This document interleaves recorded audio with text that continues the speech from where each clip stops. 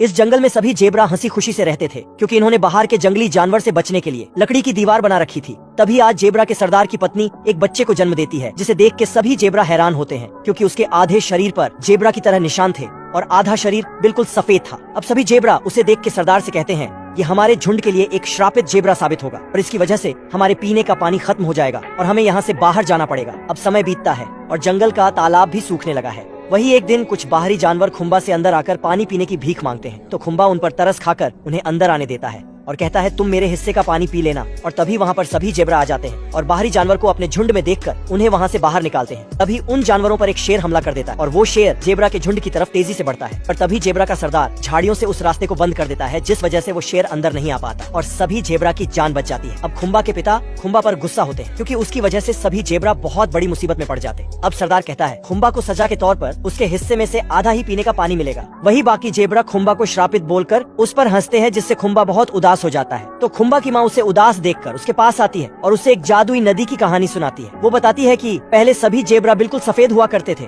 और जेबरा के शरीर पर कोई धारियां नहीं होती थी, पर एक दिन एक जेबरा को जादुई नदी मिली और जब वो उस नदी को पार करके निकला तो उसके शरीर पर काली धारियां आ गई, जिससे वो बहुत खूबसूरत लगने लगा और सभी जेबरा उसके जैसा बनने के लिए उस नदी को पार करके निकल गए, जिसके बाद सभी जेबरा के